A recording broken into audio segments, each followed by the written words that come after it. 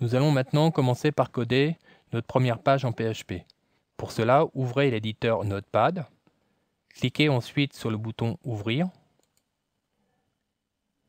Ouvrez ensuite le répertoire modèle qui contient différents modèles de pages que nous utiliserons par la suite. Dans un premier temps, nous allons utiliser la structure d'une page HTML. Une fois la structure HTML créée, placez votre pointeur entre les deux balises body. Nous allons commencer à créer la première balise d'ouverture PHP. Tapez pour cela signe inférieur, point d'interrogation, PHP, le tout en majuscule et sans mettre d'espace. Passez à la ligne et saisissez de suite la balise de fermeture PHP, à savoir point d'interrogation et signe supérieur. Placez-vous ensuite entre ces deux balises. Pour cette première page PHP, je vous propose d'afficher à l'écran Bonjour, de sorte à s'assurer que notre serveur fonctionne bien. Pour cela, nous allons utiliser la fonction echo, qui est la fonction la plus utilisée en PHP. Cette fonction permet d'afficher un texte à l'écran. Ce texte doit être encadré par des cotes. Donc nous allons taper une double cote et nous allons écrire notre bonjour. Terminez le texte par des doubles cotes et saisissez ensuite un point-virgule. Le point-virgule est très important. Vous verrez par la suite que c'est l'une des erreurs les plus fréquentes en PHP. Je vous invite à chaque fois que vous réalisez un code à bien vous assurer que chaque ligne est bien clôturée par un point-virgule. Nous allons maintenant enregistrer cette première page. Pour cela, cliquez sur Fichier, Enregistrer sous, placez-vous dans le répertoire Syntaxe et saisissez le nom, à l'occurrence bonjour.php. Il est très important que toutes les pages PHP que vous réaliserez par la suite portent l'extension .php de sorte à ce qu'elles soient interprétées par le préprocesseur PHP. Une fois le nom et l'extension saisis, cliquez sur Enregistrer. Notre première page étant maintenant enregistrée, nous allons la tester depuis un navigateur. Pour cela, cliquez sur le Manager, puis choisissez Localhost. Dans la page, descendez dans la rubrique Projet, cliquez sur la rubrique Syntaxe et vous devriez voir apparaître la page que nous venons de créer. Cliquez sur cette page. Comme vous pouvez le constater, Bonjour s'affiche à l'écran. Si nous observons maintenant le code source de cette page, affichage code source, nous apercevons que dans le code ne subsiste que le mot bonjour. En effet, lorsque le préprocesseur a interprété le code que nous avons ici, seule l'exécution de ce code, à savoir l'apparition de bonjour, a été renvoyée dans la page HTML. Vous venez de réaliser votre première page PHP et elle atteste du bon fonctionnement du serveur web et du préprocesseur PHP. Fermez les pages, nous allons maintenant nous intéresser de plus près à la syntaxe. Pour cette deuxième leçon, nous allons nous intéresser maintenant aux commentaires. Reprenons pour cela le fichier Bonjour que nous avons créé précédemment. Il y a deux types de commentaires en PHP, le commentaire monoligne et le commentaire multiligne. Nous allons commencer par utiliser un commentaire monoligne. Pour cela, tapez 2/, puis le texte du commentaire derrière. Le commentaire multiligne, tapez 1/, étoile, le texte du commentaire, donc sur plusieurs lignes.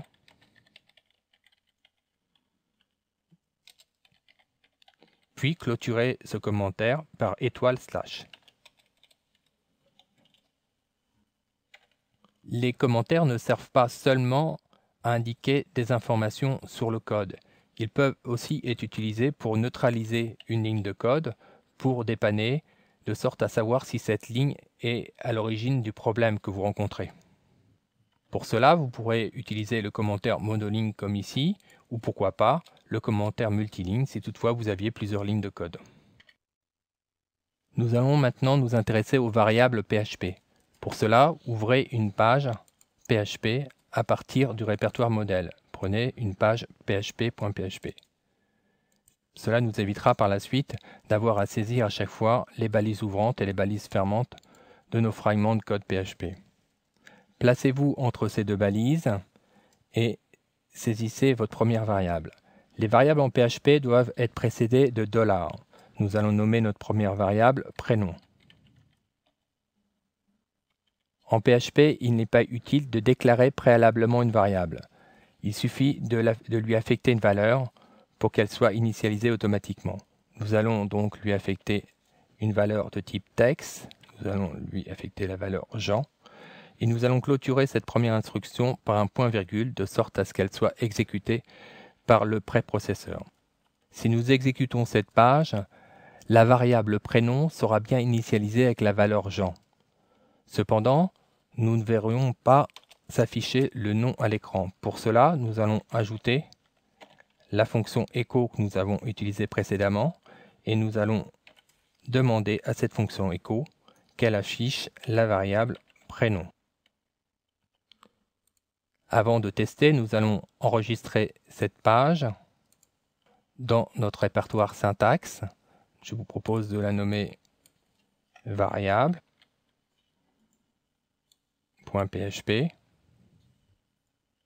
Et nous allons maintenant tester cette page variable dans notre navigateur. Pour cela, cliquez sur le manager WAMP en bas à droite et sélectionnez Localhost.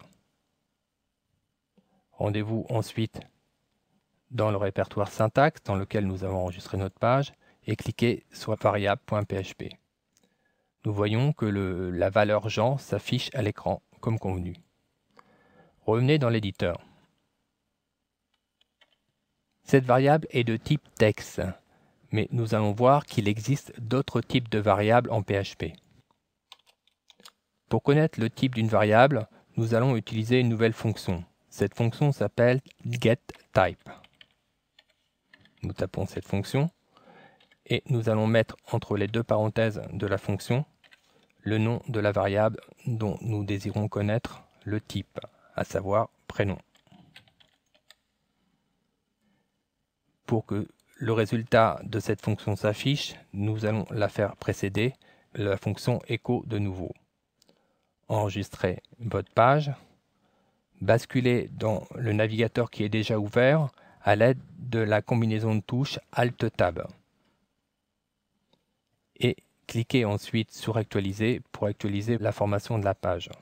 Vous voyez que maintenant getType renvoie le type de la variable suivi de la valeur de celle-ci. Vous pouvez aussi remarquer que les deux informations sont collées l'une à une. Nous pourrons remédier à cela par la suite en ajoutant une fonction spécifique pour générer un retour à la ligne. Revenez maintenant dans l'éditeur. Nous allons étudier d'autres types de variables. Ce deuxième type de variable sera une variable de type entier. Pour cela, nous allons déclarer une variable qui se nommera âge, dont la valeur sera égale à 35. Pour déclarer une variable de type entier, il faut que la valeur qu'on lui affecte ne soit pas encadrée par des guillemets et que ce soit évidemment un nombre comportant des chiffres exclusivement. Clôturez cette instruction par un point-virgule. Affichez la variable à l'écran comme nous l'avons fait tout à l'heure. Et nous allons aussi afficher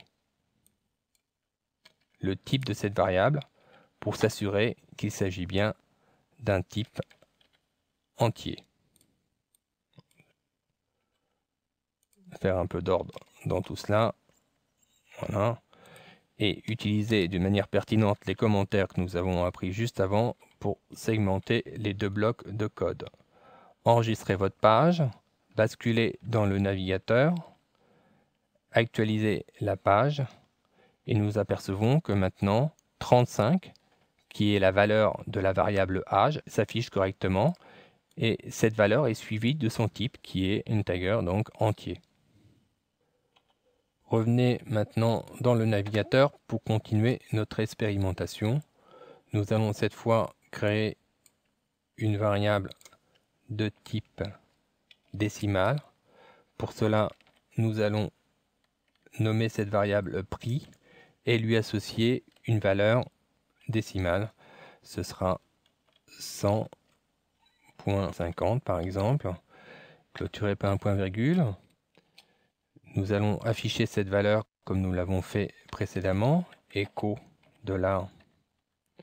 $prix, point virgule, puis son type,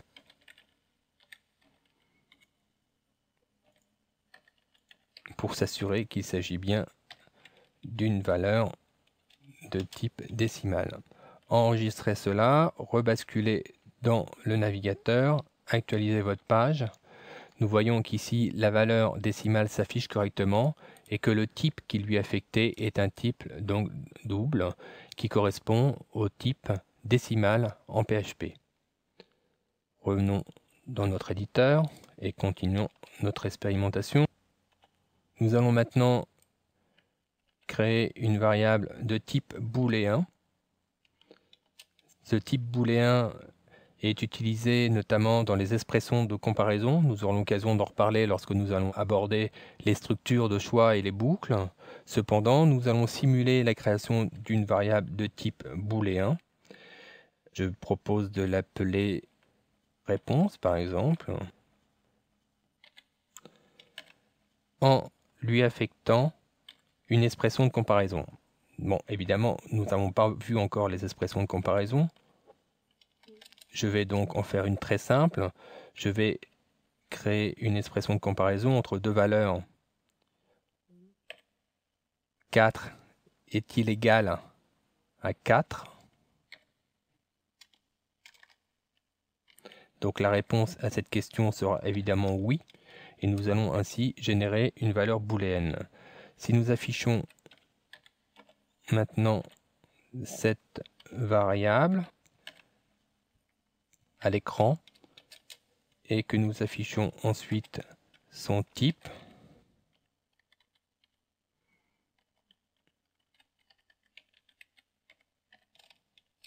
le navigateur avec Alt Table et ensuite actualiser la page. Vous pouvez actualiser la page au passage avec le bouton ici actualiser du navigateur. Vous pouvez utiliser la touche 5, mais je vous recommande pour gagner du temps d'utiliser la combinaison de touches CTRL. Donc notre variable booléenne est égale à 1 puisque la réponse de cette expression de comparaison que nous avons ici génère une réponse positive et cette variable est bien du booléen comme l'affiche le type dans le navigateur. Revenons dans notre éditeur de code. Nous allons maintenant tester les valeurs de type tableau. Les types tableau seront comme les expressions qu'ils ont étudiées par la suite.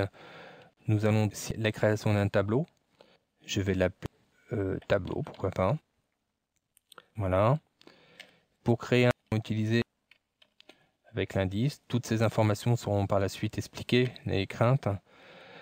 Et nous allons lui affecter par exemple la valeur 4 dans un premier temps.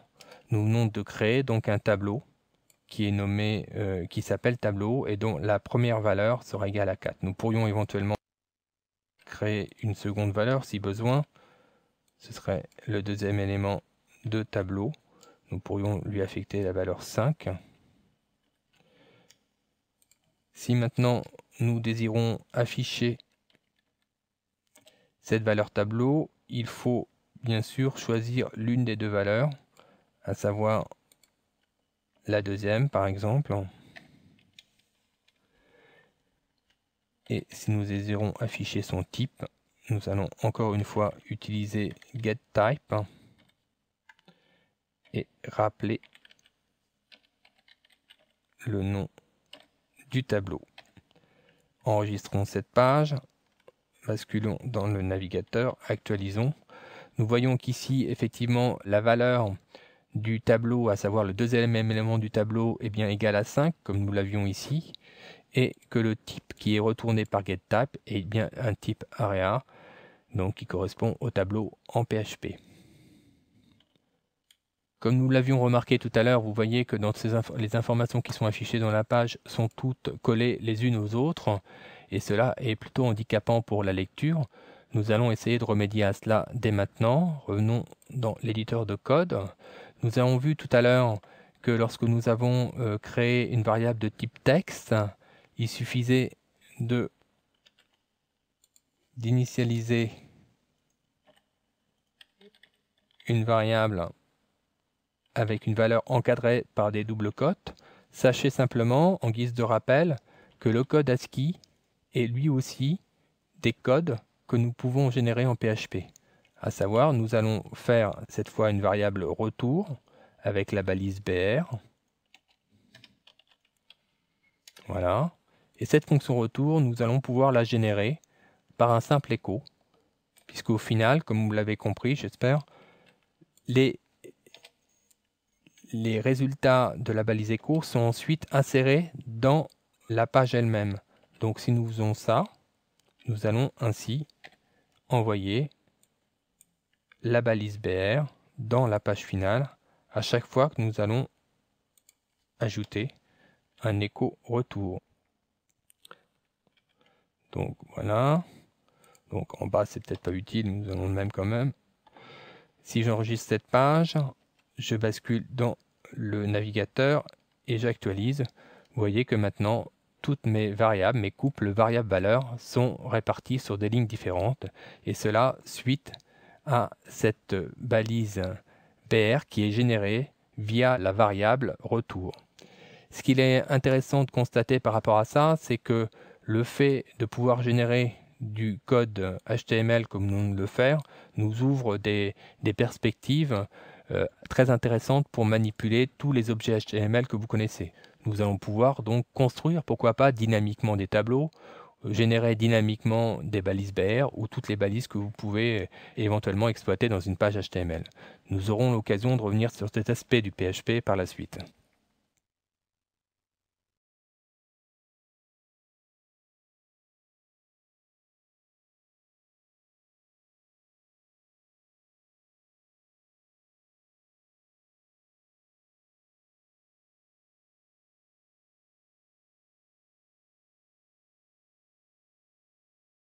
De type tableau en PHP.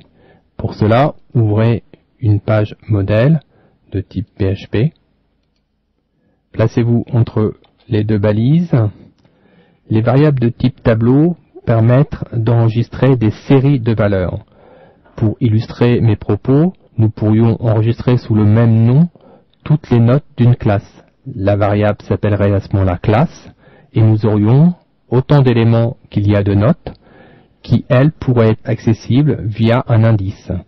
Ce premier type de variable, de tableau, s'appelle des tableaux indicés. Nous allons voir donc le mode de déclaration d'un tableau indicé. Donc nous allons prendre comme nom notre exemple, à savoir note. Nous allons enregistrer donc note au pluriel, puisqu'il y en a plusieurs. Ce sera le nom du tableau, note. La syntaxe des variables de type tableau en PHP est la suivante.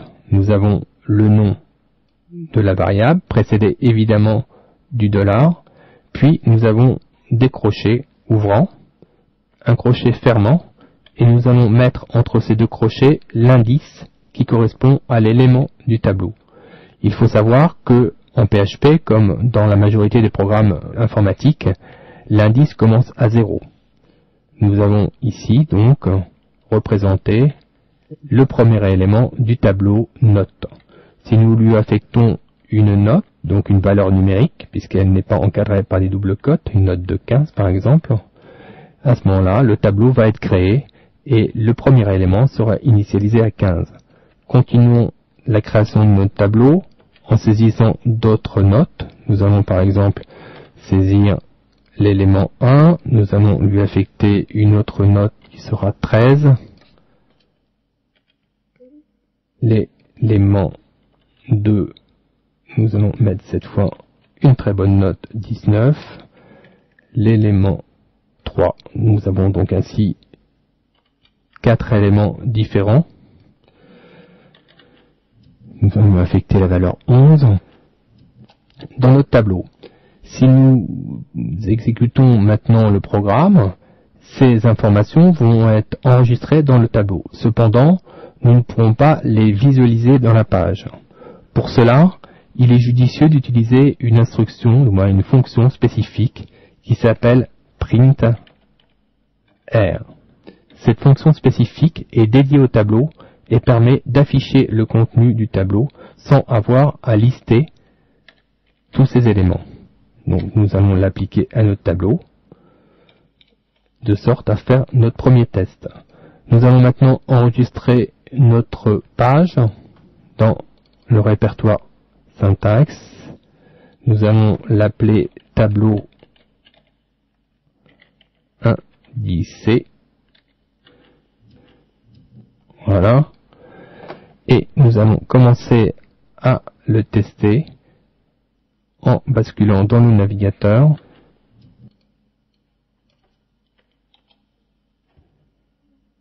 et en ouvrant la page nouvellement créée, tableau indicé. Nous voyons ici que le printer que nous avons ajouté affiche individuellement les différents éléments du tableau. Nous avons donc l'élément de type 0, d'indice 0 qui est égal à 15, l'élément d'indice 1 qui est égal à 13, l'indice 2 à 19 et 3 à 11. Cette représentation sera exclusivement utilisée pour la mise au point des programmes. Nous verrons par la suite qu'il existe d'autres systèmes qui permettent d'exploiter le contenu d'un tableau dans le cadre de programmes de production, programmes finaux. Là, pour l'instant, nous utiliserons le printer exclusivement pour la mise au point de nos programmes. Cette mise au point, cette représentation du contenu du tableau peut paraître claire dans la mesure où notre tableau n'est pas très grand. Cependant, si le tableau prend de l'embonpoint, il peut s'avérer un peu confus. Pour cela, nous allons revenir dans le code et nous allons modifier ce printer en lui associant une balise HTML qui est d'ailleurs dépréciée maintenant, qui s'appelle la balise pré. C'est une balise HTML qui permettait de conserver la mise en forme du code dans sa représentation finale dans le navigateur. Cette balise est maintenant très peu utilisée. Nous allons nous la remettre au goût du jour et l'exploiter de sorte à pouvoir mettre en forme le contenu de ce tableau, et notamment pour des tableaux plus complexes. Enregistrez votre page, CTRL S, passez dans le navigateur, Alt Tab, actualisez la page en question avec CTRL R, et vous voyez que la représentation de notre printer est désormais beaucoup plus agréable, et on peut imaginer que si nous avions un tableau de 10, 15 ou 20 éléments, ce serait beaucoup plus lisible que s'ils étaient tous à la ligne l'un derrière l'autre. Revenons maintenant dans notre éditeur pour continuer notre expérimentation. Je vous propose d'étudier d'autres systèmes d'initialisation d'un tableau. Pour cela, nous allons copier ce même tableau et nous allons neutraliser la précédente initialisation en la commentant. Pour votre information, l'éditeur Notepad possède une fonction en clic droit sur la partie sélectionnée qui permet de commenter ou de décommenter tout un bloc de code. Si je clique dessus, vous voyez, toutes les lignes d'initialisation de mon premier tableau sont ainsi commentées. Je vais ainsi pouvoir modifier le deuxième bloc d'initialisation de mon tableau et je vais modifier ce bloc en lui enlevant les indices. Alors, quelques mots sur ce type d'initialisation. Ce type d'initialisation permet, contrairement au précédent où on indique d'une manière explicite à quel endroit doit être affecté l'élément, celui-ci nous permettra de laisser cette gestion au système et ainsi, si notre tableau est vide au début, il prendra la valeur 0 par défaut, puis la valeur 1, puis la valeur 2 et la valeur 3. Donc c'est très intéressant lorsqu'on ajoute un élément à la suite de quelque chose qui existe déjà dans le tableau, en l'occurrence. Nous verrons par la suite les applications. En l'occurrence, pour ne serait-ce que vous citer un exemple, les caddies des sites marchands fonctionnent de cette manière. Donc, cette deuxième méthode pour initialiser un tableau, nous allons la tester de suite. Nous allons néanmoins modifier quelques notes pour être sûr qu'il s'agit bien du nouveau fichier. Je vais remplacer par exemple 19 par 17. J'enregistre ma page, je bascule avec un Alt Tab dans mon navigateur et je fais un CTRL R pour initialiser ma page. Vous voyez que le 19 a bien été converti en 17, il s'agit donc bien de ma nouvelle initialisation, et que le résultat final est strictement identique à la première méthode. Revenons maintenant dans notre éditeur pour continuer notre expérimentation. Nous allons aborder maintenant une troisième méthode d'initialisation du tableau, et nous allons exploiter cette fois la fonction area qui permet d'initialiser un tableau sur une seule ligne. Nous allons indiquer maintenant les différentes valeurs. Nous allons attribuer de nouvelles notes à ces 4 éléments. Nous allons prendre des notes différentes de sorte à voir la différence lors de nos tests. Voilà. Le tout clôturé par un point virgule. Nous allons commenter le premier bloc pour qu'il ne perturbe pas nos essais. Voilà. Et enregistrer notre page pour voir le résultat. Donc CTRL S, basculer dans le navigateur avec Alt Tab. De nouveau dans le navigateur, faites un CTRL R. Nous voyons que maintenant, il s'agit bien des nouvelles valeurs qui ont pris place dans le tableau, comme nous l'avons demandé dans cette ligne d'initialisation. Alors revenons un petit peu sur l'intérêt de cette ligne d'initialisation.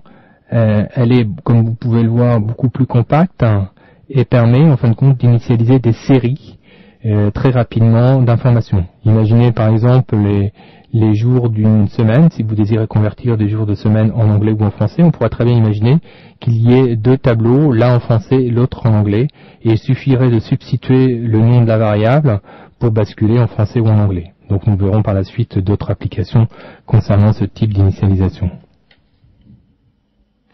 Nous en avons fini avec les différents moyens de déclaration des tableaux indicés. Rappelons, avant de passer au tableau associatif, que les tableaux indicés sont très intéressants lorsqu'on doit parcourir tous les éléments d'un tableau à l'aide d'une boucle, puisqu'il suffit de substituer l'indice par un compteur, et nous aurons l'occasion d'aborder cette application par la suite lorsque nous verrons les boucles. L'inconvénient, évidemment, pour ce type de tableau, c'est qu'il faut connaître l'indice pour trouver la valeur correspondant à l'élément. Nous allons donc maintenant nous intéresser à un autre type de tableau qui n'a pas cet inconvénient, puisque nous allons plus parler d'indices mais de clés, et que la clé donc sera par exemple le nom de la personne. On peut très bien imaginer que pour notre application, nous puissions attribuer des noms de personnes. Donc je vais reprendre la structure du tableau que je vais décommenter tout de suite. Je vais commenter celle-ci par contre. Et voilà, nous allons donc convertir ce tableau en tableau associatif.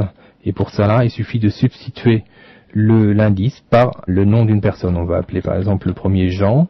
Évidemment, comme il s'agit de nom, il ne faut pas oublier d'encadrer le texte par des simples cotes. Alain, Anne et Claire.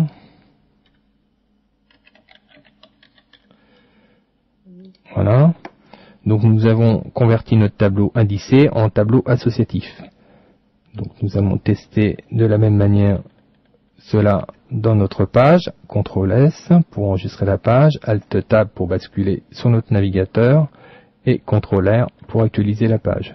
Nous voyons que maintenant les indices sont remplacés par les clés et que les valeurs attribuées sont bien celles que nous venons d'attribuer à notre nouveau tableau. Nous allons continuer notre expérimentation en revenant dans l'éditeur. On pourrait se demander si la deuxième méthode de déclaration d'un tableau indicé pourrait être appliquée au tableau associatif. Eh bien non, on ne peut pas anticiper en fin de compte le prénom que nous allons mettre dans la clé. Donc par conséquent, ce type de déclaration ne peut pas être utilisé en tableau associatif. Par contre, le troisième type, ici, lui, peut être adapté au tableau associatif. Donc je vais commenter mon bloc pour pas qu'il perturbe le fonctionnement de mon expérimentation. Et pour cela, il suffit de modifier un petit peu le contenu de la fonction des parenthèses de la fonction area en associant la clé, à savoir le prénom de chaque personne, et de lier la valeur avec deux symboles, le signe égal et le signe supérieur qui constitue donc une flèche d'attribution. Nous allons renouveler donc cette opération pour chaque valeur. Voilà. Et nous allons personnaliser chacun des noms en reprenant celui que nous avions indiqué précédemment.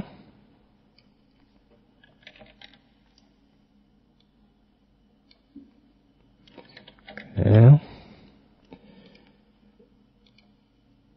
Nous enregistrons notre page et nous allons la tester de nouveau dans le navigateur.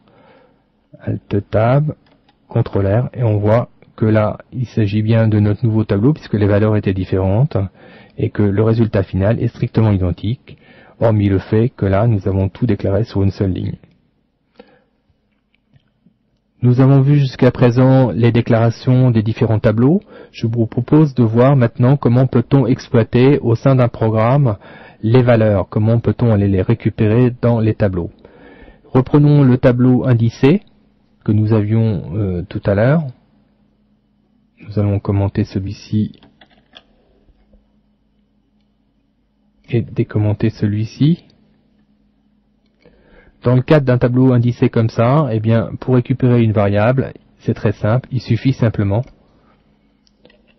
d'afficher le nom du tableau avec l'indice qui correspond, à savoir si je fais maintenant un écho de cette valeur, eh bien, la valeur qui va s'afficher ici sera ni plus ni moins que les 19, la valeur qui est affectée à l'élément 2 du tableau note. Nous allons maintenant tester l'utilisation de cette fonction. Enregistrons la page, Alt Tab pour basculer dans le navigateur, CTRL R pour afficher le résultat. Nous voyons que là maintenant la valeur 19 qui correspond donc à l'élément 2 du tableau note s'affiche correctement dans notre navigateur.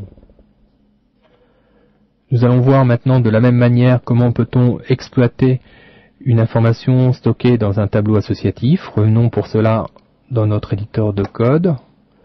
Commentons toute cette partie pour pas qu'elle nous nuise. Nous allons maintenant activer le tableau associatif.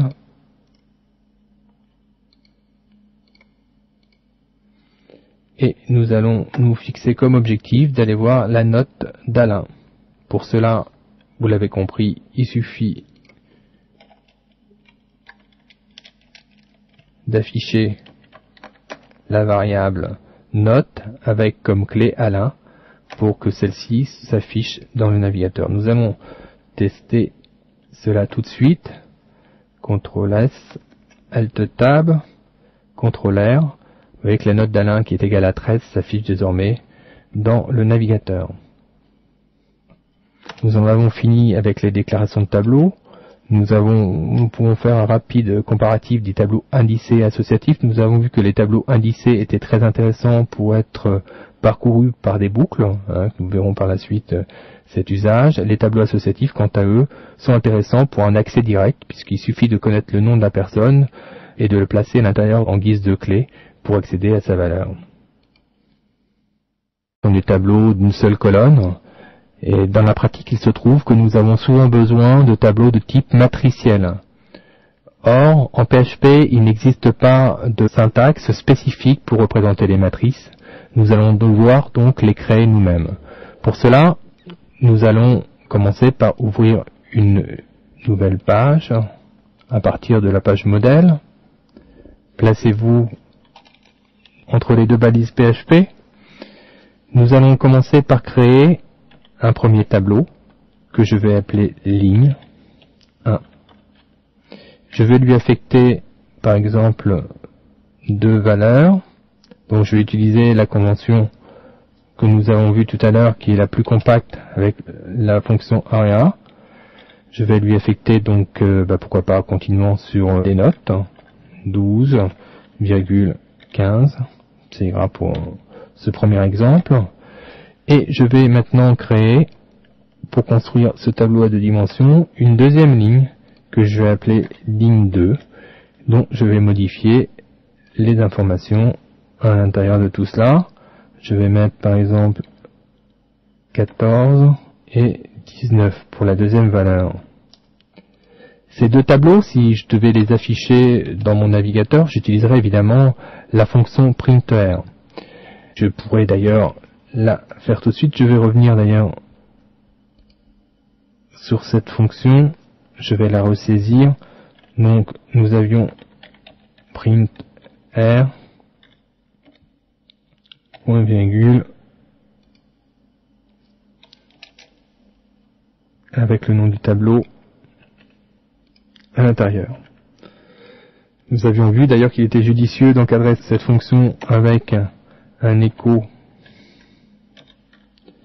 BR, excusez-moi, un écho près, la balise près, de sorte à en favoriser l'affichage et sa lisibilité. Voilà. Nous pourrions donc maintenant afficher la deuxième ligne de la même manière en changeant simplement le numéro du tableau en question. Si nous enregistrons cette page, nous allons l'enregistrer par exemple dans matrice, puisqu'il s'agit de matrice. Et si je la teste en basculant dans le navigateur et en allant chercher la nouvelle page qui se trouve dans notre répertoire habituel, nous apercevons que nous avons ici donc le premier tableau qui s'appelle ligne 1 et le second. Si nous désirons par la suite exploiter ces informations dans le cadre d'une matrice, imaginons que par exemple nous voulions regrouper ces informations qui pourraient correspondre, la ligne 1 pourrait correspondre à des notes d'une matière spécifique, par exemple le français et la ligne 2 à l'anglais par exemple, et chacun des éléments ici pourrait correspondre à un élève spécifique. Nous aurions ainsi un tableau représentant les notes d'une classe pour différentes matières et différents élèves. Donc dans ce cas, si nous désirons créer cette matrice, que nous allons appeler, eh bien dans notre cas, classe, pourquoi pas, il suffit en réalité maintenant de créer un nouveau tableau qui sera le tableau maître, et ce tableau maître contiendra cette fois non plus une valeur, mais le nom des deux tableaux précédents qui vont constituer donc les lignes. Voilà. Si je clôture ma ligne de code et que j'enregistre tout cela en lui demandant d'afficher le tableau maître, c'est-à-dire le tableau que nous avons nommé classe, j'enregistre, je bascule dans le navigateur et voilà ce que j'obtiens. Là nous avons ici donc de représenter le tableau classe qui contient lui-même les deux autres tableaux, la ligne 1 et la ligne 2, et tout cela sous forme d'un tableau unique. Voyons maintenant comment peut-on accéder à ces informations. Nous avions vu précédemment qu'il était possible d'accéder à des informations des tableaux par le biais des crochets.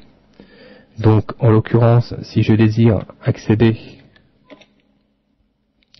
à l'information qui correspond à la note 12 par exemple, celle-ci, eh bien, je devrais aller chercher mon tableau classe, lui assigner une première série de crochets dans lesquels je vais mettre donc la première ligne. Il s'agit donc de la ligne 0. Je vous rappelle que en convention indicée, les lignes commencent à 0, et de lui mettre donc derrière cela une deuxième série de crochets dans lequel je vais lui mettre cette fois, donc si nous allons chercher le 12, un peu de bataille navale, donc ce serait donc 0, 0 dans les deux sens, donc 0, 0, voilà. Si j'enregistre tout cela, et que j'affiche, excusez-moi là j'ai une erreur de frappe, et que j'affiche ma page, je mets la valeur 12 que je vais chercher dans ma matrice. Vous avez compris, je pense, que maintenant, si vous désirez accéder, par exemple, au 19 qui se trouve ici, il suffit de changer les coordonnées de ce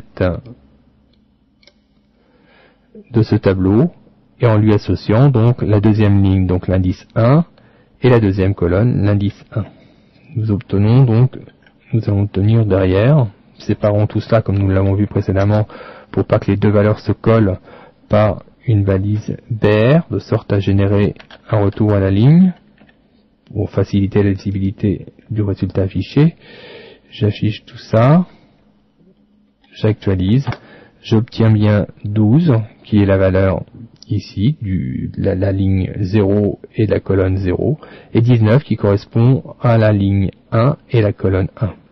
Nous pourrions évidemment trouver par la suite toutes les informations d'une matrice de la même manière. Nous en avons fini avec l'étude des tableaux à deux dimensions. Pour vous illustrer le fonctionnement et l'usage qu'on peut faire de cela, sachez simplement que les sites marchands, en l'occurrence, fonctionnent sur ce principe, puisque chaque article serait à ce moment-là une ligne, nous aurions des lignes à chaque fois, et que pour chacune des lignes, nous aurions des informations qui pourraient être par exemple la référence de l'article, qui pourrait être ici le prix de l'article, et pourquoi pas la désignation de l'article, la quantité commandée, etc. Nous pourrions donc mettre autant de valeurs dans chacune des lignes qu'un article doit en comporter. De même, pour l'ajout d'un article, nous pourrions utiliser la méthode d'initialisation d'une variable que nous avons vue tout à l'heure, avec des crochets sans indice. Nous utiliserions donc ça ici de cette manière. Voilà. Si nous allons créer par exemple un troisième article pour notre exemple, ce serait une ligne 3. J'ai créé donc une troisième ligne, et pour ajouter cette ligne au panier marchand, donc au caddie, il suffirait simplement de lui affecter cette nouvelle ligne. Voilà, le plus simplement du monde. Et à ce moment-là, donc, la classe qui résulte de tout ça comportera cette fois 3 articles. C'est ce qui se passe en réalité lorsque vous appuyez sur ajouter cet article au panier. Eh bien, en réalité, c'est ce type de fonction qui est utilisé pour ajouter l'article au panier en question, qui n'est ni plus ni moins qu'un tableau matriciel, donc un tableau PHP à deux dimensions. Pour vous le démontrer, je vous propose d'enregistrer cette page, de basculer dans le navigateur et de regarder ce qui va se passer ici. Nous avons donc jusqu'à présent 2 articles. Si j'actualise ma page, je vois que le troisième article a été ajouté. Ça, ce tableau représente donc le panier marchand, et cette dernière ligne correspond à l'article que nous venons d'ajouter à l'instant. Nous venons de voir le fonctionnement des tableaux associatifs et indicés, et nous allons voir maintenant sous quelle forme nous pouvons les utiliser donc dans les programmes PHP. Et en l'occurrence, nous allons commencer par les variables de formulaire qui, comme vous allez le voir, se matérialisent par un tableau qui se nomme tableau $_post. Pour commencer, observons cette figure sur laquelle à gauche vous pouvez remarquer un formulaire. Nous avons 2 champs. Le premier, l'attribut name sera égal à nom, le second sera égal à prénom, et nous avons un bouton de soumission en bas dont le name sera égal à bouton. La configuration de la balise formulaire elle-même aura comme attribut action égale action1.php, qui est donc la seconde page vers laquelle nous allons diriger l'information, et l'attribut méthode de cette même balise formulaire sera égal à post, qui est donc la méthode par laquelle on va envoyer les informations. Pour mémoire, la méthode post, contrairement à la méthode get, permet d'envoyer des informations sans qu'elles apparaissent dans l'URL. Nous allons maintenant simuler le fonctionnement de ce formulaire. L'utilisateur devra donc au préalable remplir les 2 champs. Donc là, en l'occurrence, nous avons mis dans le champ nom de France et dans le champ prénom Jean, et appuyer ensuite sur le bouton valider. Les informations vont ensuite transiter via la méthode post vers la page action 1 et seront ensuite disponibles dans un tableau qui se nommera $_post. Si nous représentons le contenu de ce tableau, nous aurons comme, vous voyez que c'est un tableau associatif au passage, nous aurons donc comme clé de ce tableau du premier élément nom, la deuxième clé sera prénom et la troisième clé bouton. Chacune de ces clés correspondront à la valeur que nous avons saisie soit dans les champs ou soit la valeur que nous avons attribuée au bouton, à savoir valider. Nous allons ensuite passer à une expérimentation sur ce même sujet directement dans l'éditeur. Passons maintenant à la pratique. Nous allons donc réaliser dans un premier temps un formulaire. Pour cela, nous allons ouvrir dans les modèles la page forme 1 qui contient un formulaire avec deux champs. Ces champs donc ont pour attribut action name nom et le deuxième attribut name est égal à prénom pour le deuxième champ. Nous avons donc un bouton qui lui a aussi l'attribut name égale bouton. Si nous regardons maintenant la configuration du formulaire, nous avons donc le nom du formulaire qui est égal à forme 1 pour l'instant, la méthode qui est la méthode post, celle que nous allons employer, et nous allons compléter ici le nom du fichier vers lequel vont être envoyées les informations. Nous allons l'appeler donc, comme dans la petite démo préalable, action1.php. Enregistrons maintenant ce fichier dans notre répertoire habituel. Je propose de l'appeler formulaire 1 par exemple .php, et nous allons maintenant créer la seconde page, la page qui doit se nommer action1.php, qui sera censée donc recueillir les informations. Pour cela, nous allons ouvrir une nouvelle page par rapport au modèle. Nous allons prendre une page de modèle type PHP. Nous allons nous placer ici dans entre les balises PHP et nous allons donc utiliser, comme d'accoutumé, la fonction printr qui permettra d'afficher le contenu du tableau post. Voilà. Nous allons encadrer cette même fonction par nos habituelles balises prêt,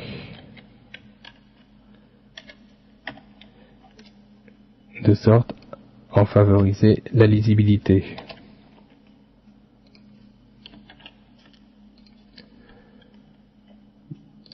J'enregistre donc la page dans le même répertoire sous le nom action 1.php.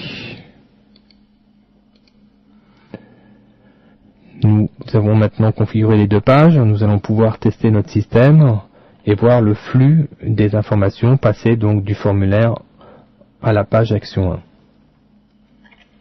Pour cela, nous allons donc ouvrir le navigateur. Nous allons basculer sur le navigateur. Nous allons donc ouvrir la page du formulaire, donc syntaxe formulaire 1. Nous obtenons donc le formulaire que nous venons de réaliser avec les deux champs nom et prénom. Nous allons remplir par exemple notre nom dedans et nous allons valider ce formulaire de sorte à le soumettre au fichier action 1 que nous avons configuré dans les paramètres du formulaire. Nous voyons que dès que la page action 1 s'affiche, le printer qui est dédié justement à l'affichage du tableau post nous indique que toutes les informations ont bien été envoyées correctement, que les noms des champs ont bien été configurés, puisqu'il s'agit bien de noms, de prénoms et de boutons, et que leurs valeurs correspondent bien à celles qui ont été saisies dans les champs et au nom qui est inscrit sur le bouton de soumission du formulaire. Cette démarche est fortement conseillée dès lors que vous faites des manipulations avec un formulaire, avant même de configurer quoi que ce soit sur la page cible. Ça vous permet déjà d'attester la bonne configuration du formulaire. Nous avons maintenant fini notre expérimentation. Nous allons revenir dans l'éditeur. Nous avons utilisé jusqu'à présent plusieurs fois ce fragment de code. Il serait par conséquent judicieux de l'enregistrer de sorte à éviter de le saisir à chaque fois. Je vous propose donc de copier ce fragment dans une page spécifique que nous allons ouvrir maintenant, de sorte à pouvoir le réutiliser par la suite. Nous pouvons d'ailleurs l'encadrer par les balises PHP, ça permettra de l'utiliser d'une manière autonome si besoin. Et nous allons donc enregistrer ce fragment de code dans les modèles. Voilà, nous allons le nommer printer, les fichiers existent déjà. Voilà, et ça nous permettra par la suite d'éviter de ressaisir ce même code à chaque fois que nous en aurons besoin. Information d'une page à l'autre en PHP. Petit rappel sur la syntaxe des paramètres d'URL, qui est commune donc à tout ce qui est Internet. La syntaxe d'un paramètre d'URL doit commencer donc par le nom de la page, suivi d'un point d'interrogation. Ensuite, nous avons la première variable qui est reliée avec sa valeur via un signe égal. Nous pouvons ainsi chaîner autant de couples variables-valeurs que l'on désire en les reliant ensuite par des signes et commerciaux. En guise d'exemple, voici le paramétrage de deux informations, nom et prénom, passés en paramètres d'URL. Le fichier cible sera donc index.php. Nous avons ici le point d'interrogation qui relie le premier couple, là le nom de la variable, et ici le nom de la valeur relié par un signe égal. Nous avons ensuite un deuxième couple, ici, qui a la même configuration, le nom de la variable prénom et le nom de la valeur Jean. Ce type de configuration peut être utilisé directement dans la barre d'adresse d'un navigateur ou dans le cadre d'un lien hypertexte qui serait intégré dans une page HTML. Nous allons voir tout de suite après quelle est l'utilisation que nous pouvons en faire en PHP. Nous allons maintenant mettre en application le paramètre d'URL et nous allons l'insérer dans une page nommée page 2. Nous allons l'insérer dans un lien hypertexte. Donc l'attribut de ce lien hypertexte sera href sera égal à action2.php. Le point d'interrogation donc précédera les couples variables-valeurs et ces différents couples seront chaînés entre eux avec le et commercial. Donc si nous cliquons sur ce lien, nous allons donc envoyer ces informations sur la page action. Du côté de la page action, nous pourrons récupérer toutes ces informations dans un tableau nommé $_get. C'est un tableau de type associatif. Et si nous prenons donc les noms des clés de ce tableau associatif, nous retrouvons donc les mêmes noms que ceux de la variable nom et prénom que nous avions précédemment dans le lien dans le paramètre d'URL. Nous avons donc automatiquement les mêmes valeurs qui y sont associées. Mettons en application ce cas de figure. Pour cela, nous allons créer donc une première page à partir d'un modèle. Nous allons utiliser le modèle page HTML lien. Le lien étant préconfiguré, nous allons nous placer dans les paramètres du lien A et nous allons remplir la valeur attribuée à l'attribut href. Pour cela, nous allons donc indiquer vers quelle page va être envoyée l'information, à savoir action 2, suivi du point d'interrogation. Nous allons donc nommer notre première variable nom, lui attribuer la valeur de France, la chaîner donc avec une seconde valeur qui sera prénom, à laquelle nous allons attribuer la valeur Jean. Voilà, le lien est maintenant configuré. Nous allons enregistrer cette page dans notre répertoire syntaxe.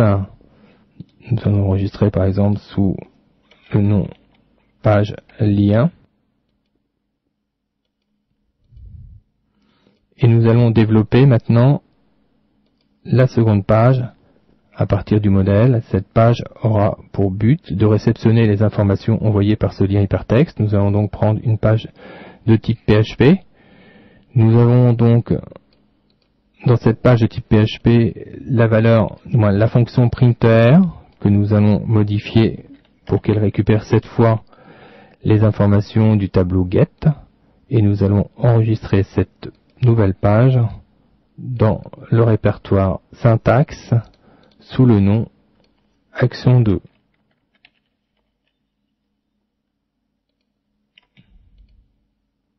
Tout est prêt maintenant pour réaliser nos tests. Nous allons donc ouvrir le navigateur pour vérifier le fonctionnement de notre système. Pour cela, appuyez sur Alt Tab pour ouvrir le navigateur. Ouvrez le répertoire syntaxe et cliquer sur le premier fichier que nous avons nommé page lien. Nous avons donc notre lien sur lequel nous allons cliquer. Et comme vous pouvez le constater, les informations que nous avions configurées dans le lien apparaissent maintenant dans le tableau get que nous avons donc affiché via la fonction printer qui figure dans la page action. Nous allons nous intéresser maintenant aux variables de serveur. Les variables de serveur permettent de connaître de nombreuses informations sur le serveur lui-même et sur le client, en l'occurrence le navigateur. Pour cela, nous allons commencer par ouvrir une page à partir du modèle. Nous allons donc prendre une page PHP.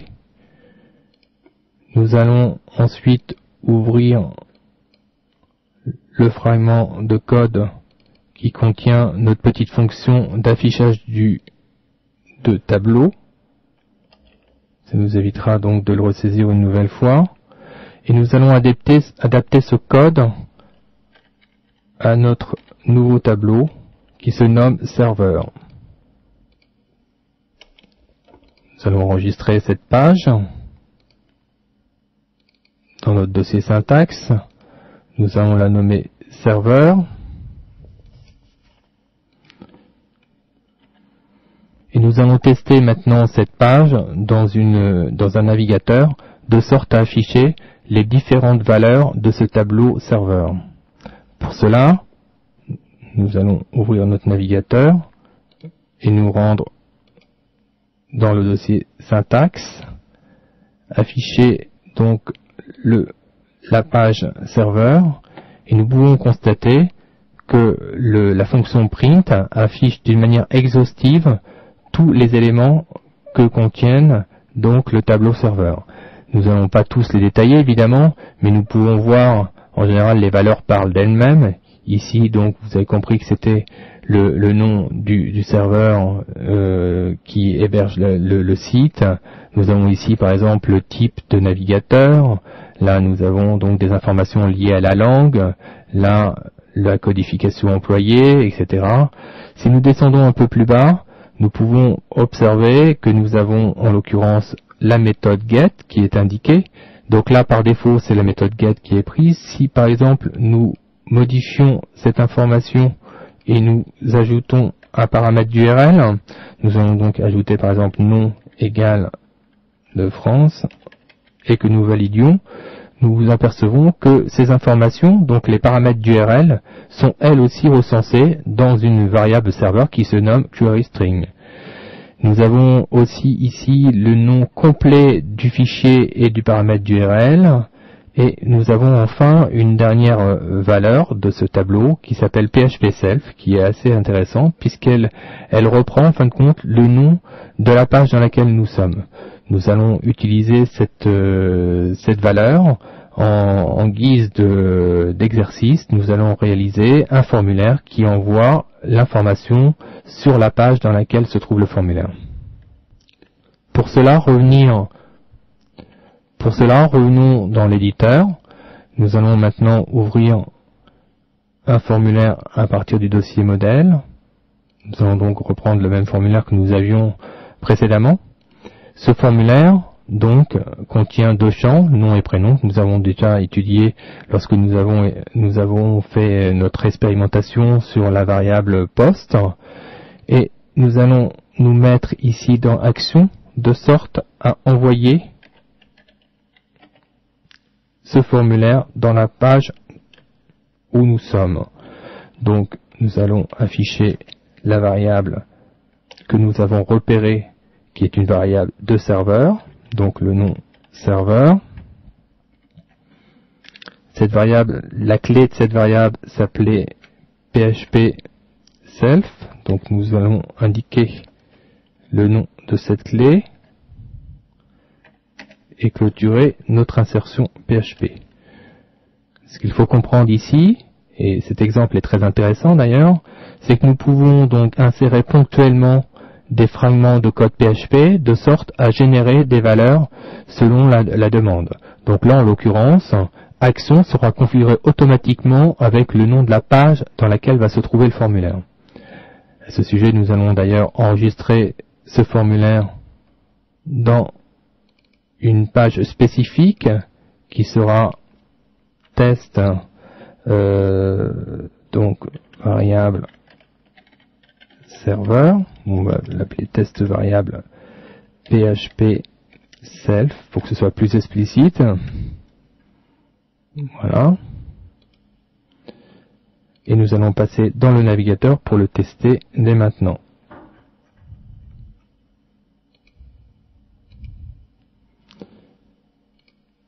Donc test variable PHP self. Nous avons notre navigateur qui affiche maintenant le formulaire. Si nous allons voir dans le code source de cette page, nous apercevons que si nous regardons l'attribut action, le chemin mène en fin de compte à la page dans laquelle nous avons enregistré le formulaire. Il sera par la suite donc automatiquement mis à jour dès que la page changera, cette variable changera de la même manière. Nous allons maintenant fermer cette fenêtre et pour tester notre navigateur et le formulaire qu'il contient, nous allons revenir sur l'éditeur et ajouter en bas de notre formulaire une insertion PHP qui permettra de nous assurer que le flux de données post s'affiche bien et a bien été envoyé dans notre page. Donc je vais enregistrer de nouveau cette page, rebasculer dans mon navigateur et actualiser ce même navigateur. Vous voyez que tout de suite, le fait d'avoir ajouté un post, un print post, nous affiche que le contenu du post est vide, c'est normal. Pour l'instant, nous n'avons encore rien soumis. Je vais donc saisir une information dans ce formulaire et la soumettre. Je vois que l'information a bien été envoyée donc dans la même page où nous sommes et que les trois informations, à savoir les deux champs et le bouton, sont correctement réceptionnées par notre système d'affichage du flux post que nous avons inséré en bas du code. Un autre point qui différencie des variables, les variables sont toutes précédées dans leur syntaxe d'un $, alors que les constantes n'en auront pas. Pour notre expérimentation, nous allons créer une page à partir d'un modèle, page PHP, et nous allons prendre pour exemple la création d'un paramètre de configuration. Les deux domaines où on utilise couramment les constantes sont les paramètres de configuration qui sont communs et appelés une fois pour toutes pour le site et qui peuvent être modifiés, donc selon les contextes d'installation, d'environnement, et les fichiers de configuration linguistique qui permettent ainsi d'avoir deux pages contenant des différentes définitions de constantes, l'une en français par exemple et l'autre en anglais, et il suffit ensuite de basculer d'une page à l'autre pour passer de français en anglais. C'est en gros les deux utilisations principales des constantes. Dans notre cas, nous allons prendre donc l'usage d'un fichier de déclaration de paramètres. Nous allons donc déclarer notre constante avec la fonction define. Nous allons pour notre exemple utiliser un chemin, on va l'appeler chemin image, chemin underscore image par exemple. Et cette constante aura pour but de mémoriser le chemin qui conduit au répertoire où seront stockées les images. Ce répertoire pouvant être évidemment modifié ainsi très facilement en changeant la configuration de cette déclaration. Voilà, donc là en l'occurrence les images seront stockées dans le répertoire images. Voyons maintenant comment utiliser cette constante et pour cela je vous suggère de faire un simple écho de sorte à l'afficher dans la page lors de notre test. Nous allons donc reprendre le nom de cette constante et nous allons simplement l'indiquer comme valeur affichée. Vous remarquerez, ça peut paraître bizarre quand on a l'habitude de faire du PHP, que le nom de la constante n'a pas de $ devant. Nous allons enregistrer cette page dans notre répertoire habituel, répertoire de syntaxe pour l'instant. Nous allons l'appeler define pour le nom de la fonction qui permet de déclarer une constante. Voilà. Et nous allons maintenant le tester depuis notre navigateur. Nous allons passer sur le navigateur, sur le web local. Nous allons maintenant ouvrir ce fichier qui s'appelle define et nous apercevons que ce qu'il en résulte, c'est l'affichage du répertoire image qui est ni plus ni moins la valeur qui est attribuée à la constante chemin image. Ces variables et comment créer des expressions et par la suite des instructions pour réaliser du code PHP. Nous allons commencer par l'opérateur arithmétique. L'opérateur arithmétique permet de créer des opérations arithmétiques, donc plus, moins, diviser, multiplier, entre une variable et ou une constante.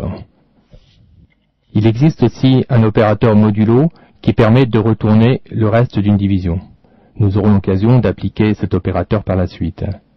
Enfin, il existe des opérateurs qui permettent d'incrémenter ou de décrémenter une variable. Ces deux opérateurs sont fréquemment utilisés dans toutes les structures de boucle que nous aurons aussi l'occasion d'aborder par la suite.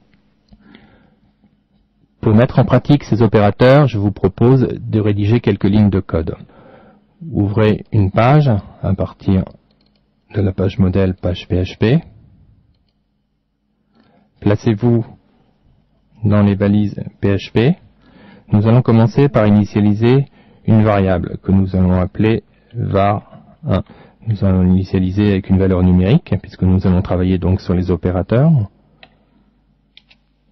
Je vais créer une seconde variable, var2, et je vais lui affecter cette fois non pas une constante, mais le produit de l'addition de la variable 1 et d'une nouvelle constante, à savoir var1 plus 5. Si j'affiche maintenant cette variable, nous devrions trouver donc le produit de l'opération, à savoir 4 plus 5, 9. Nous allons voir tout de suite si cela fonctionne. Nous allons enregistrer donc cette page dans notre répertoire habituel sous le nom variable arithmétique.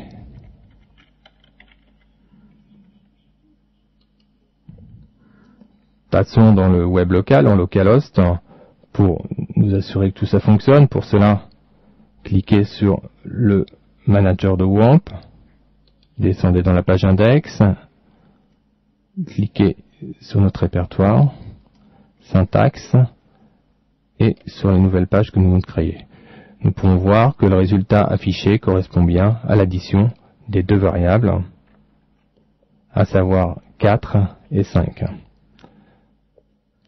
Nous pouvons évidemment réaliser d'autres opérations de ce type avec tous les opérateurs que je viens de vous présenter précédemment. Nous pourrions donc réaliser ici une multiplication avec l'opérateur étoile. Si nous regardons le fonctionnement de cela et nous actualisons la page, nous avons bien 4 fois 5 égale 20. Dans certains cas, vous aurez l'occasion de réaliser des opérations plus complexes. Par exemple, si nous désirons d'abord additionner la valeur 5 avec la valeur 8, donc plus 8, il est nécessaire d'indiquer que cette opération doit être exécutée avant la multiplication qui va suivre, la multiplication par la variable 1, en délimitant cette première opération par des parenthèses. Nous allons tester cette première opération et nous obtenons donc 52, ce qui correspond effectivement au résultat attendu. Voyons en guise d'exemple ce qui se serait passé si toutefois nous n'avions pas utilisé ces parenthèses. Je supprime donc les parenthèses. Les priorités vont donc être différentes et si j'exécute ainsi, vous voyez que dans ce cas, c'est bien la multiplication var1 multiplié par 5 qui va être effectuée avant, et ensuite nous allons additionner la valeur 8, la constante 8, ce qui fait que le résultat est égal à 28 et donc bien différent du cas précédent. Il est donc très important de bien gérer les parenthèses pour fixer les priorités dans vos opérations. Voyons maintenant le cas des divisions. Revenons dans l'éditeur, nous allons changer la valeur affectée à var1 et lui affecter la valeur 22. Nous allons aussi changer l'opérateur et utiliser cette fois une division. Si nous effectuons cette opération, CTRL S pour enregistrer, Alt Tab pour basculer, CTRL R, nous obtenons donc 4,4 qui correspond donc au résultat attendu pour cette opération. Nous allons en profiter maintenant pour voir l'opération modulo. Si je remplace l'opération divisée par le modulo, que j'enregistre et que je teste dans mon navigateur, j'obtiens cette fois non plus le résultat de la division, mais le reste, à savoir 22 divisé par 5. Donc si nous limitons aux entiers, ça fait donc 4 fois 5, 20, il reste 2, et cette information sera considérée comme le reste modulo, et sera enregistrée donc dans la variable 2. Un exemple classique des modulos est de permettre de diviser, de trouver la parité d'une valeur, et nous pourrions ainsi, par exemple, afficher d'une manière alternative une ligne bleue et une ligne blanche lorsqu'on génère des tableaux dynamiques. Nous aurons par la suite l'occasion de mettre en application cet opérateur modulo dans la réalisation de listes. Intéressons-nous maintenant aux valeurs, aux opérateurs incrément et décrément. Je vais pour cela donc initialiser la variable 1 à 5 par exemple, et je vais incrémenter cette même variable. Et pour cela, si je veux donc créer par exemple un compteur, je vais devoir, si je n'utilise pas les opérateurs d'incrément, utiliser var1 est égal à var1 de nouveau, plus 1. Et ça me permettra ainsi, si j'affiche le résultat, d'incrémenter. On peut très bien imaginer que var1 soit un compteur. À chaque passage dans cette boucle, j'incrémente cette variable, et j'aurai donc successivement, à chaque passage de boucle, 5, 6, 7, etc. Nous allons voir si cela fonctionne. Pour cela, on va utiliser deux échos, l'un avant. Je vous rappelle que pour être sûr que les valeurs ne soient pas collées, nous allons générer donc un retour à la ligne, de sorte à ce que la lisibilité de nos résultats soit meilleure. Et le deuxième résultat correspondra donc au résultat après l'incrément. Si nous enregistrons, voilà, nous testons, nous avons bien effectivement ici 5, qui est la valeur de la première ligne ici. L'incrément qui est réalisé cette fois avec une opération traditionnelle, donc var1 plus var1 plus 1, donc 5 plus 1 égale 6, et nous affichons ici le résultat. Nous allons maintenant utiliser l'opérateur d'incrément qui permet de réaliser des codes beaucoup plus compacts. Voyons comment peut-on faire la même chose avec l'opérateur d'incrément. Revenons dans l'éditeur, et nous allons remplacer cette partie de code par le double plus que nous avons vu tout à l'heure dans la liste des opérateurs. Ce double plus donc correspond à l'opérateur d'incrément. Maintenant, enregistrons notre page, passons dans le navigateur, et si nous actualisons, nous apercevons que nous obtenons exactement le résultat qu'avant. Donc l'opérateur d'incrément, comme vous pouvez le voir, permet d'alléger considérablement votre code dans le cas d'incrément de compteur par exemple. Il existe, comme nous l'avons vu précédemment aussi, la possibilité d'utiliser un opérateur de décrément. Dans ce cas-là, il suffit de remplacer les signes plus par un double signe moins. Nous allons tester cet opérateur de décrément et nous voyons que ici c'est bien un décrément qui est réalisé. Nous avions 5 initialement, nous retrouvons donc avec une valeur qui correspond à 5 moins 1, c'est-à-dire 4, qui se matérialise par l'utilisation du signe égal. Nous avons utilisé en l'occurrence l'opérateur d'affectation simple lors de l'initialisation d'une variable.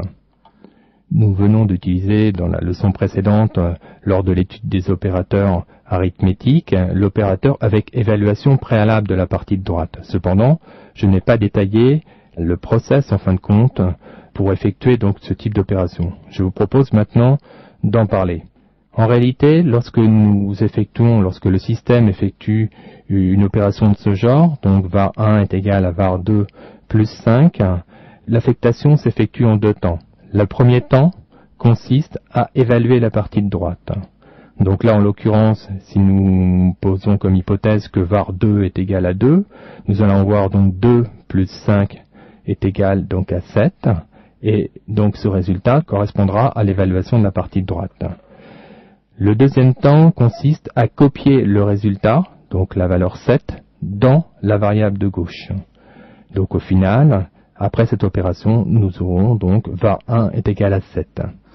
Cette procédure est très intéressante pour la compréhension du reste, et nous verrons par la suite, en l'occurrence, lorsque nous étudierons les fonctions, et lorsque dans la partie de droite nous aurons des fonctions, que le process est strictement identique. Il y a d'abord l'évaluation de la fonction lorsqu'il s'agit d'une fonction, et le résultat de cette fonction est ensuite copié dans la valeur de gauche. Voyons maintenant, par le biais de cette figure, les différents opérateurs que nous pouvons trouver. Nous avons l'opérateur d'affectation simple, que nous venons de voir, et il existe aussi toute une série d'opérateurs compacts qui mêlent à la fois l'opération d'affectation et une opération arithmétique que nous venons de présenter précédemment. Donc nous avons l'opérateur compact d'addition, de soustraction, l'opérateur compact de multiplication, de division et aussi de modulo. Je propose maintenant de passer à la pratique et de réaliser quelques petits exercices par rapport à ces opérateurs. Revenons donc à notre éditeur. Ouvrez une page à partir du modèle, une page PHP. Placez-vous entre les deux balises PHP. Nous allons commencer par initialiser une variable que nous allons nommer, comme dans la leçon précédente, variable 2. Nous allons l'initialiser par exemple avec la valeur 5. Et nous allons ensuite, donc vous voyez qu'ici effectivement on utilise bien l'opérateur d'affectation simple que nous avons utilisé jusqu'à présent. Nous allons ensuite utiliser dans la deuxième expression l'addition de la variable 2 avec une seconde valeur qui sera, par exemple, on va lui attribuer 4. Voilà. Si nous effectuons l'affichage du résultat, nous allons donc avoir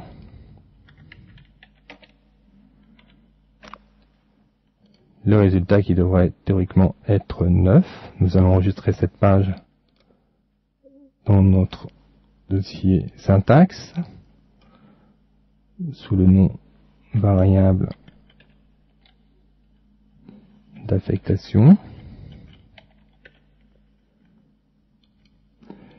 Et nous allons maintenant le tester dans un navigateur. Variable d'affectation. Nous obtenons bien le résultat 9 attendu. Voyons maintenant comment peut-on alléger aussi cette ligne à l'aide des opérateurs d'affectation compacte. Nous allons donc remplacer ici cette partie par un opérateur d'affectation compacte. Voilà, donc plus égal, ce qui sous-entend que nous allons donc additionner à la variable 2 la valeur 4 que nous venons de lui attribuer par le biais de l'opérateur d'affectation plus égal. Réalisons cette opération. Passons dans le navigateur. Si nous actualisons, nous apercevons que nous obtenons exactement le même résultat que dans la configuration précédente. Évidemment, il existe la même possibilité pour des opérateurs compacts de soustraction. Si nous réalisons donc l'opération, nous allons donc avoir 5 moins 4 donc, qui est égal à 1, et c'est bien 1 qui s'affiche dans le navigateur. Nous pourrions évidemment utiliser la même structure, les mêmes opérateurs compacts appliqués aux autres opérateurs arithmétiques que nous avons vus, à savoir, rappelons cependant, je pense qu'il serait utile de rappeler l'équivalence. Je vais commenter donc l'équivalence du début. Donc, pour mémoire, c'est égal donc à var2 moins 4. Donc ça, ces deux opérations, ce qu'il faut être conscient, c'est que c'est strictement la même chose, mais celle-ci est évidemment plus compacte. Nous pourrions donc, comme je le disais précédemment, appliquer ça aux opérations de multiplication. Donc ces deux opérations, ces deux expressions seraient donc identiques. De même que nous pourrions l'appliquer aux opérations modulo, diviser, ou encore pour la division. Dans tous les cas, ces deux expressions sont identiques. La deuxième étant évidemment beaucoup plus compacte, et je vous invite donc à l'utiliser dès que vous pourrez le faire. L'utiliser dans des expressions de comparaison. Ces expressions de comparaison sont utilisées notamment dans les structures de choix que nous aurons l'occasion d'aborder par la suite, ou dans les structures de boucle. Là, nous avons en l'occurrence le premier opérateur. Faites attention, ce premier opérateur teste l'égalité entre les deux parties, la partie de gauche et la partie de droite. Ce premier opérateur est constitué d'un double signe égal, à ne surtout pas confondre avec le simple signe égal qui lui correspond à l'opération d'affectation. Nous avons ici l'opérateur qui va tester si la valeur de droite est bien inférieure à la valeur de gauche, celui-ci qui va tester si la valeur de gauche est supérieure à la valeur de droite, celui-ci qui va tester si la valeur de gauche est inférieure ou égale à la valeur de droite, celui-ci qui va tester si la valeur de gauche est supérieure ou égale à la valeur de droite, et enfin ce dernier opérateur qui va tester si la valeur de gauche est différente, donc ici il s'agit d'un point d'exclamation suivi d'un signe égal à la valeur de droite. Comme je vous le disais au début de cette leçon, ces opérateurs doivent être utilisés dans des structures de choix, en l'occurrence des structures de style if ou dans des structures de boucles avec des boucles while ou des boucles for.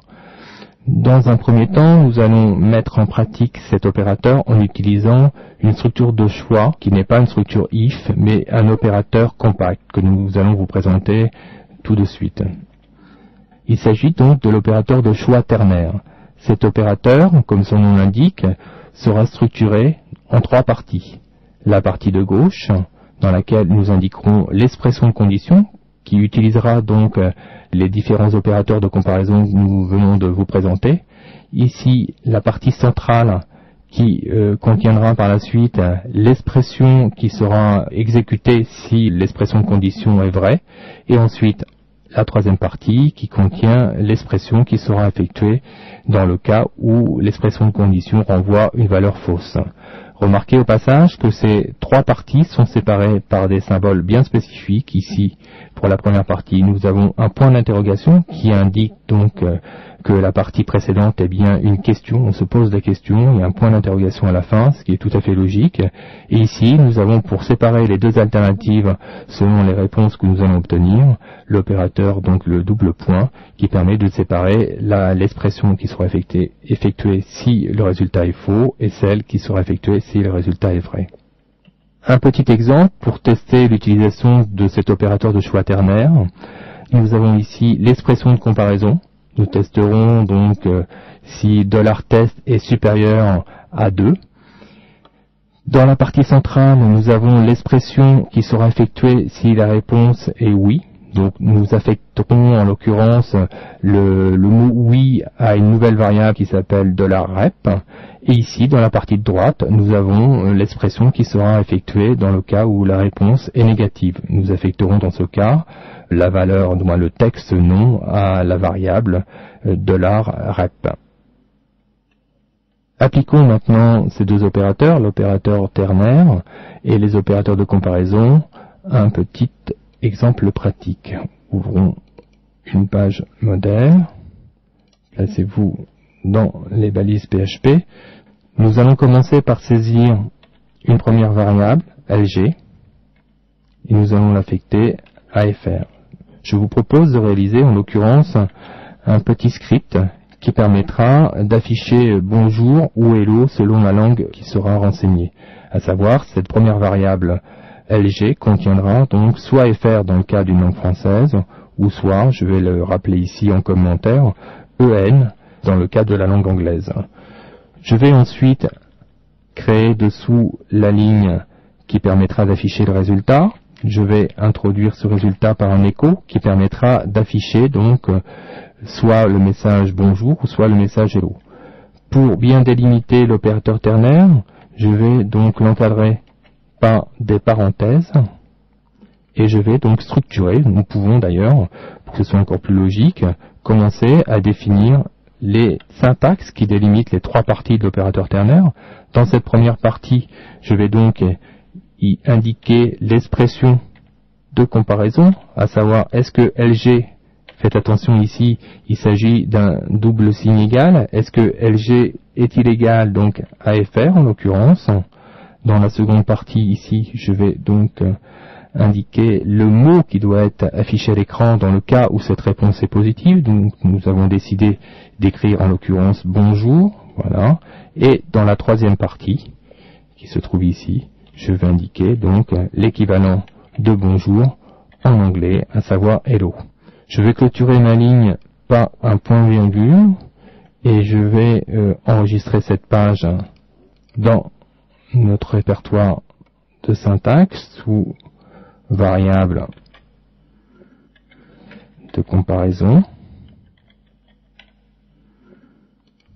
avant de la tester dans le navigateur. Descendez dans le répertoire syntaxe, affichez cette première page et nous voyons que dans notre cas, si je découvre l'expression dans son ensemble, nous affichons bien bonjour puisque la variable LG est bien égale à la valeur FR et donc dans ce cas-là, c'est bien bonjour qui est renvoyé et qui est ensuite affiché à l'écran. Ce qu'il faut bien comprendre, c'est donc dans cette structure, dans le cas présent, ce qui va résulter de cette expression va être en réalité uniquement cette partie, ce qui équivaut donc à afficher bonjour. Pour compléter nos tests, nous allons revenir avec notre expression initiale et nous allons changer la valeur FR en valeur EN. J'enregistre donc ma page, je bascule dans le navigateur et si j'actualise ma page, je vois que maintenant c'est bien Hello qui est affiché. En effet, cette fois LG est égal à EN. Le test ici répond négativement, à savoir la variable LG n'est pas égale à FR puisqu'elle est égale à EN, et donc ce n'est pas cette expression bonjour qui va être affichée, mais celle-ci, à savoir hello. Nous allons étudier maintenant les opérateurs logiques. Les opérateurs logiques sont utilisés lors de la création d'expressions de comparaison. Nous en avons déjà utilisé dans la leçon précédente, mais dès lors que vous avez plusieurs comparaisons à intégrer dans la même expression, il faut relier ces comparaisons par des opérateurs de ce type, de sorte à pouvoir générer au final un résultat booléen, soit vrai, soit faux, qui sera exploité dans la structure if ou la structure, pourquoi pas, l'opérateur ternaire que nous venons d'utiliser précédemment. Donc, vous avez ici dans cette figure les 4 opérateurs logiques qui peuvent être utilisés. Il y a 2 alternatives au niveau de la syntaxe, donc le double et ou AND. Vous avez ici ce double symbole qui est le symbole pipe. Vous pouvez le générer sur un PC avec Alt-Grade touche 6. Sinon ici vous avez aussi la possibilité d'utiliser donc cette syntaxe avec OR. Là pour la fonction ou exclusif, vous avez que cette symbolique qui est disponible, donc XOR. Et ensuite pour la négation, donc inverser en fin de compte le résultat d'une expression, il suffit de faire précéder cette expression par le symbole, donc point d'exclamation. Pour appliquer ces opérateurs logiques, je vous propose de revenir sur le petit exercice que nous avons réalisé avec l'opérateur de comparaison, que nous allons modifier. Nous allons reprendre donc la même structure, l'écho, ici en l'occurrence, et nous allons modifier le système pour créer une petite application qui va tester l'identification d'une personne. Donc l'identification d'une personne sera déterminée par rapport à son log. Nous allons donc par exemple créer un log, simuler la création d'un log. Évidemment ça ne sera pas comme ça dans la réalité, mais là ce n'est qu'un exercice de simulation. Nous allons donc lui attribuer la valeur Jean et nous allons dessous créer donc une deuxième variable qui sera pass, à laquelle nous allons attribuer la valeur 1, 2, 3, 4 par exemple pour le mot de passe. Voyons maintenant comment peut-on exploiter ça dans une expression. L'objectif final, nous allons tout de suite le faire, c'est d'indiquer si l'identification est réussie. Et dans le cas contraire, nous indiquerons une erreur d'identification. Donc ici, à cet endroit, à l'endroit de l'expression de comparaison, nous allons donc avoir une double expression. La première expression que nous allons donc encadrer par des parenthèses sera le test du log. Ce log devra donc être égal à celui que nous avons programmé au-dessus, à savoir Jean. Et nous allons relier cette première comparaison avec une seconde comparaison qui, elle, testera si le pass est correct. Vous voyez que l'opérateur que nous avons utilisé ici est le WE. Comme je vous le disais précédemment, nous pourrions tout aussi bien utiliser AND à sa place. Donc la deuxième comparaison, il s'agit de pass, qui devra donc être testé. Nous allons tester l'égalité de pass avec 1, 2, 3, 4. Voilà. Et fermer la parenthèse. Notre système est désormais opérationnel. Nous allons l'enregistrer dans une nouvelle page. Nous allons enregistrer dans une page dédiée aux opérateurs logiques. Voilà. Nous allons maintenant la tester dans le navigateur pour voir son fonctionnement. Pour l'instant, il faut bien comprendre que ces deux lignes servent à simuler évidemment des informations qui pourront être par la suite initialisées par un formulaire. Nous allons commencer par une simulation d'une identification réussie et nous verrons dans un second temps si le log ou le mot de passe est incorrect, ce qu'il se passe. Passons maintenant dans le navigateur pour tester notre système. Donc Alt Tab, nous allons ouvrir la page concernée, à savoir variable donc logique, et nous voyons que ici notre système renvoie identification réussie, ce qui est tout à fait logique puisque nous avons ici un log et un mot de passe qui est testé, qui correspond donc au log et au mot de passe qu'il faut pour que l'identification soit correcte. Voyons maintenant le cas où le mot de passe est incorrect. Nous allons mettre un mot de passe différent ici dans la simulation. Nous allons enregistrer cette page et nous assurer que notre système fonctionne bien, à savoir si j'actualise la page maintenant, j'ai bien une erreur d'identification qui est renvoyée, puisque le test global ici, qui se trouve dans la partie de l'expression de comparaison de l'opérateur ternaire, est bien négatif, puisque le pass qui est envoyé ne correspond pas à celui qui est attendu ici, à savoir 1, 2, 3, 4. Lors de la création d'expressions de comparaison, nous en avons déjà utilisé dans la leçon précédente, mais dès lors que vous avez plusieurs comparaisons à intégrer dans la même expression, il faut relier ces comparaisons par des opérateurs de ce type, de sorte à pouvoir générer au final un résultat booléen, soit vrai, soit faux, qui sera exploité dans la structure if ou la structure, pourquoi pas, l'opérateur ternaire que nous venons d'utiliser précédemment. Donc, vous avez ici dans cette figure les 4 opérateurs logiques qui peuvent être utilisés. Il y a 2 alternatives au niveau de la syntaxe, donc le double E ou AND. Vous avez ici ce double symbole qui est le symbole pipe. Vous pouvez le générer sur un PC avec Alt-Grade touche 6.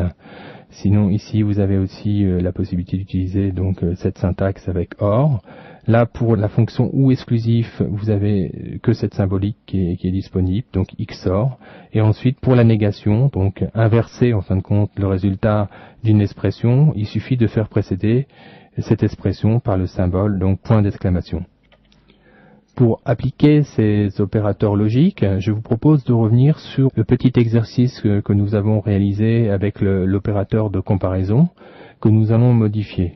Nous allons reprendre donc la même structure, l'écho, ici en l'occurrence, et nous allons modifier le système pour créer une petite application qui va tester l'identification d'une personne. Donc l'identification d'une personne sera déterminée par rapport à son log. Nous allons donc par exemple créer un log, simuler la création d'un log. Évidemment ça ne sera pas comme ça dans la réalité, mais là ce n'est qu'un exercice de simulation. Nous allons donc lui attribuer la valeur Jean, et nous allons dessous créer donc une deuxième variable qui sera pass, à laquelle nous allons attribuer la valeur 1, 2, 3, 4 par exemple pour le mot de passe. Voyons maintenant comment peut-on exploiter ça dans une expression. L'objectif final, nous allons tout de suite le faire, c'est d'indiquer si l'identification est réussie. Et dans le cas contraire, nous indiquerons une erreur d'identification.